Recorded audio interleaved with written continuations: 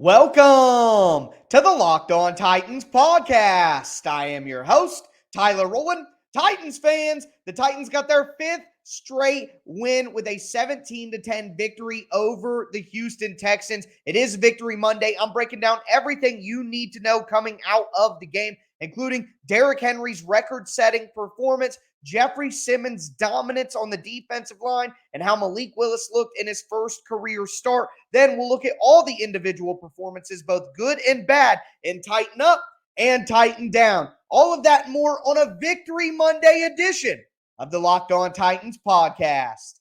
Let's get it. You are Locked On Titans, your daily Tennessee Titans podcast, part of the Locked On Podcast Network, your team every day.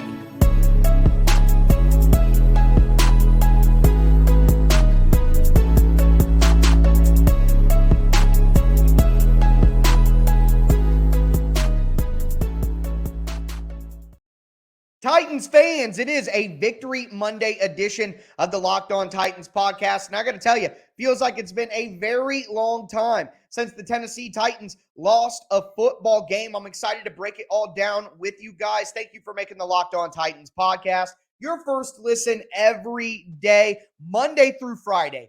Free Tennessee Titans content all year round on all platforms, including the Locked On Titans YouTube channel. Subscribe there, smash the notification bell, and throw a thumbs up on the video right now if you think the Titans can knock off the Kansas City Chiefs next weekend. I'm going to dive into Derrick Henry's performance first and foremost. There's nothing else that should take the cake at this time, quite frankly, despite a great day by the Titans defense. But Derrick Henry running inside between the tackles down the Houston Texans' throat again. I mean, the Titans go for 314 rushing yards, 219 of those with Derrick Henry. But hell, Dontrell Hilliard had a great performance in this game as well. 8 carries for 83 yards. And at that point, when you have 7 yards per carry in an NFL game, you go for over 300 as a team. It's time to give a lot of credit to the Titans offensive line. While they have their struggles in pass protection, they deserve all the credit in the world for the type of run blocking offensive line that they are. I thought Nate Davis, Ben Jones, specifically on the interior, had great days. The tight ends really hemmed things up on the outside. I just love what the Titans did on offense. Malik was a little shaky here and there, and the Titans came out in the second half and said, you know what? We're doing nothing but running the ball down your throat. And the Texans wore down as the game went on. I mean, the Titans completely dominated this game in the trenches. And it just shows you that if you can absolutely thoroughly dominate in the trenches on both sides of the ball, there's no reason that you can't win games, especially against lesser teams. And the Texans aren't a very good football team. And the Titans just went out there and said, we don't even need to throw. We're just going to run all over you. I mean, Derrick Henry's gone for over 200 yards and had 2 touchdowns at least in 4 straight games against the Texans. That's just absolutely absurd. How he owns the Houston Texans. I mentioned it in the postcast, but it's worth mentioning again. Over 200 rushing yards, 2 rushing touchdowns. That's quite the feat in the NFL. Derrick Henry is the all-time leader in those kind of performances with 6 of them. 4 of them against the Houston Texans. The next closest person all time is a tie between Jim Brown, LaDainian Tomlinson, and Barry Sanders, who all of them had only done it 3 times. So not only that, but in this game with the 2 touchdowns, Derrick Henry passes Eddie George for the most touchdowns in Tennessee Titans history. I mean, we don't need a lot of deep-seated analysis on this one, guys. Derrick Henry is just an absolute all-time freak, Hall of Fame running back. And, man, it's just absolutely incredible that we get to watch him work every single week. On the defensive side of the ball, Jeffery Simmons on a bum angle, just absolutely incredible in this game. The Titans defense overall was, I know that they got the field goal because Malik threw a bad interception. I know they got the garbage time touchdown at the end, but this Titans defense destroyed Houston. made them look like a college football team. They get the interception with Christian Fulton, 3 sacks on the day, 3.2 yards per play for Houston. That's despicable. And you think about that yards per play number. Well, the Texans had 161 total yards on offense in this game. 90 of it came on the last touchdown drive, on that last garbage time drive, where the Titans just said, whatever. I mean, if not for that last drive, the Titans would have had them below 2 yards per play. I mean, this was a dismantling. The Texans had 43 rushing yards. The Titans are the best rush defense in the entire NFL. Yeah, they struggled early on in the first couple of weeks up to week 3, but once week 4 hit, I mean, it's absurd how great they are against the run right now. It's crazy. 2.4 yards per rush, 43 rushing yards total. I mean, the Titans held the Texans to 2 for 14 on third down. The Titans continue to be the number 1 third down defense. I mean, just really, really great stuff from the Titans in the trenches overall. But I mean, everybody on the defense and almost everybody on the offense had a great performance in this game. I'm very excited to get into Tighten Up and Tighten Down. Make sure you guys let me know your top Tighten Ups and Tighten Downs down in the comments. Just wonderful. Do want to remind you guys, tomorrow, looking at the Titans' next 5 games, they have a difficult stretch of games ahead of them. What should be our expectations for them? Wednesday, breaking down the film for you guys and rewatch Wednesday, telling you what I see on tape in this win. Thursday, crossover Thursday with Chris from Locked On Chiefs, going behind enemy lines to get you the best information possible before that game. Friday will be a game plan Friday, and next Sunday I'll be here again with a post-cast instant reaction and a full 30-minute breakdown. So make sure you guys subscribe to the Locked On Titans podcast on whatever platform you do stream. But let's talk about all the good and bad individual performances. We'll talk about Derrick Henry, Jeffery Simmons more, and of course, Malik Willis and how he did in his first start. Before we get into it, do want to let you know that this Victory Monday episode of the Locked On Titans podcast is sponsored by BetterHelp Therapy Online. Guys, living life doesn't come with a user's manual. There's not a perfect way to go about things. And if you're like me, you've had a lot of ups and downs in life. You've had some traumatic experiences, and trying to figure out everything on your own oftentimes doesn't work. It can kind of just leave you feeling stuck. That's why I went to BetterHelp, and I'm very glad that I did. I love their personalized touch. When you sign up at BetterHelp, they're going to give you a questionnaire to kind of determine not only what kind of help that you need and would fit you best, but what therapist would fit best for that. So I love that touch right there. It's the world's largest therapy service, and they've matched millions of people, including me, with professionally licensed and vetted therapists, available 100% online. You get all the benefits of in-person therapy, plus more convenient, more accessible, and more affordable. No waiting rooms, no traffic, no endless searching for the right therapist. Get unstuck with BetterHelp. Learn more and save 10% off on your first month. Go to BetterHelp. That's BetterHelp.com/lockedon. Guys, I did it. It's going to be absolutely fantastic for you when you realize that you don't have to do everything on your own. Professional therapy available to you at BetterHelp. That's BetterHelp.com/lockedon.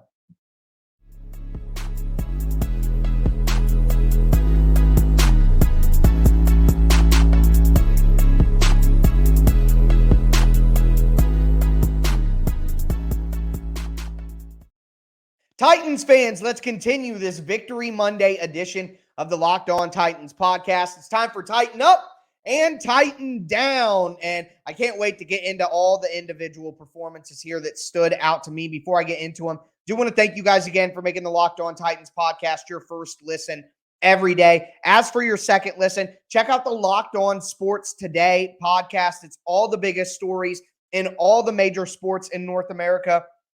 Always going to be under 25 minutes as well. It's a great way to just get caught up on all the big national stories in sports. You get all your specialized coverage here with me on Locked On Titans. Get the entire picture with Locked On Sports Today, free and available on all platforms, part of the Locked On Podcast Network. But starting with Tighten Up and Tighten Down, we're going to take a look at Malik Willis's performances. But in Tighten Up, got to start with Derrick Henry. 32 carries, 219 yards, 2 touchdowns. The King just reigned supreme once again. And I talked about the records that he was breaking for the Titans, all-time touchdown leader, his dominance over the Texans, and just the all-time freakish stats that Derrick Henry is putting up.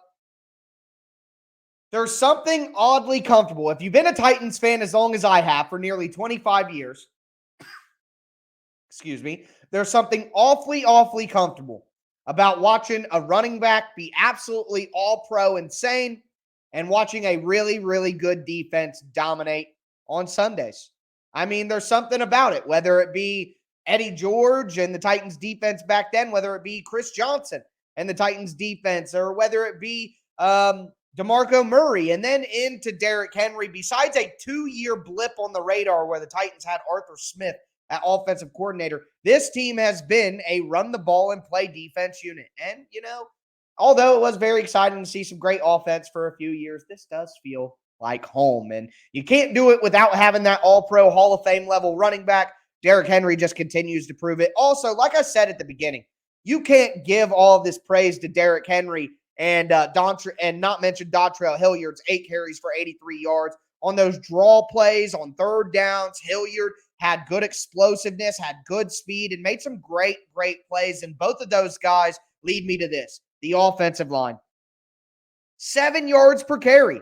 This offensive line deserves a ton of credit. Outside of that, I think you got to give credit to the tight ends: Jeff Swaim, Austin Hooper, Chig Okonkwo, Kevin Rader. You also have to give credit to the wide receivers. There was a long run, I believe it was from Dontrell Hilliard going down the sidelines on the left-hand side, and Nick Westbrook-Akina and Cody Hollister just destroyed the defensive backs in run blocking. So just a great job by everybody involved on the offense to just fully commit to an old school 1900s run the ball down your throat game plan and execute it properly. Just great job there. For the defense, Jeffery Simmons, a sack, 2 tackles for loss, just constant pressure in the backfield. He set up other people for plays. I mean, on the bum ankle, Jeffery Simmons, I think he's been better than Aaron Donald this year. I think it's time. Jeffery Simmons is the best interior defensive lineman in the NFL. He is. And Derrick Henry is the best running back in the NFL. And we just see them together lead this Titans team to victories week after week after week. Bud Dupree stepped up, had another nice game. Sack, tackle for loss. T.R. Tart out there had a very nice game, had 2 tackles for loss, I do believe. DeMarcus Walker got involved, had a sack. Danico Autry and Mario Edwards met at the quarterback for a nice pressure at one point in time. Got to give credit to the line. I mean, the defense, everyone on defense deserves credit in this game. The linebackers. Dylan Cole made some nasty hits coming downhill. Zach Cunningham did well chasing some guys down. David Long, 8 tackles on the day, led the team, had a tackle for loss as well, had some pressure in there. I mean, David Long continues to play his best football of his entire career. Him and Tart together have changed this run defense from the first few weeks. Just excellent stuff. Christian Fulton just locking down on defense, literally locking down. Had the interception. Great job by Fulton being physical, coming up and dealing in run defense too. Andrew Adams makes a big hit and a big play coming up to stop somebody. Got to give credit to Josh Thompson, the newly signed safety for the Titans, who had a nice tackle on special teams. And speaking of special teams, I thought the coverage units did a really good job. The Titans have had a sneaky, really good special teams unit this year. They really have. Also, have to mention Ryan Stonehouse. The Titans played the field position battle all day long. That's what happened. The Titans just played field position. How can we get our offense with good field position? How can we continue to pin back the Houston Texans so that there's nothing easy for them? I mean, Ryan Stonehouse did his job in this game. I mean, he was exactly what you want. not his longest average of punts at only 48 yards, but he pinned him inside the 20 4 times. 4 times inside the 20 with only 1 touchback out of 5 punts. I mean, that's a good day by Ryan Stonehouse. Also, I got to give credit to Todd Downing.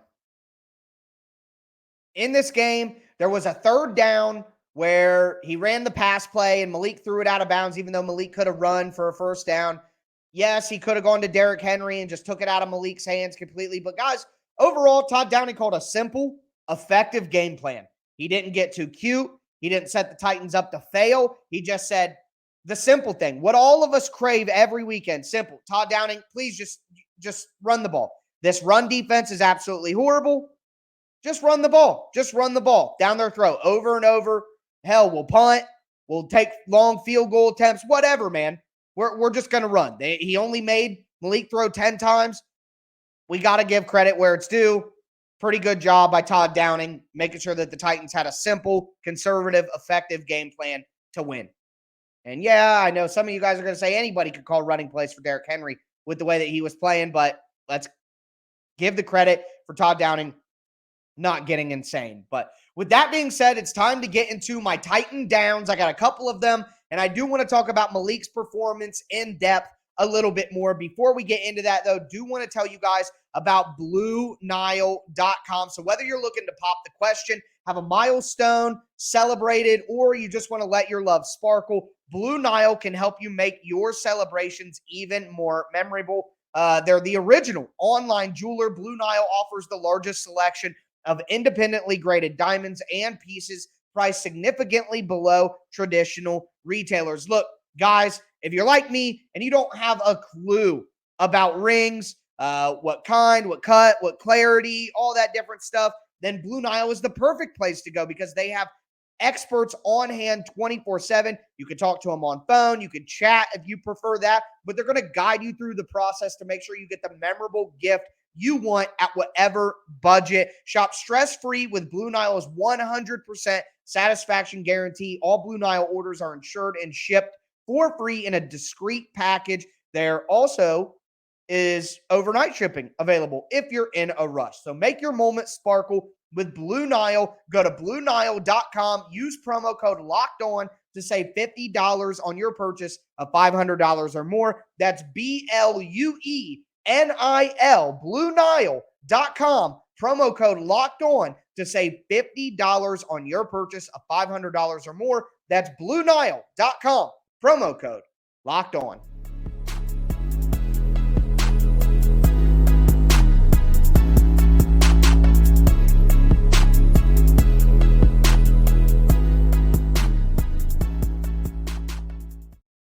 Titans fans, it's time for Titan Down on this Victory Monday. We went over my big takeaways on offense and defense. We talked about my Titan ups, all the good individual performances. Got to cap things all here going with the not so good performances in this game. Before we get into it, I do want to thank you guys again for making the Locked On Titans podcast your first listen every day. Make sure you subscribe on whatever platform you do stream. Tomorrow, we will be breaking down the Titans' next 5 games. A very difficult stretch of the year here in the middle of the season. We'll talk about the expectations for the Titans, what their record should be coming out of that stretch.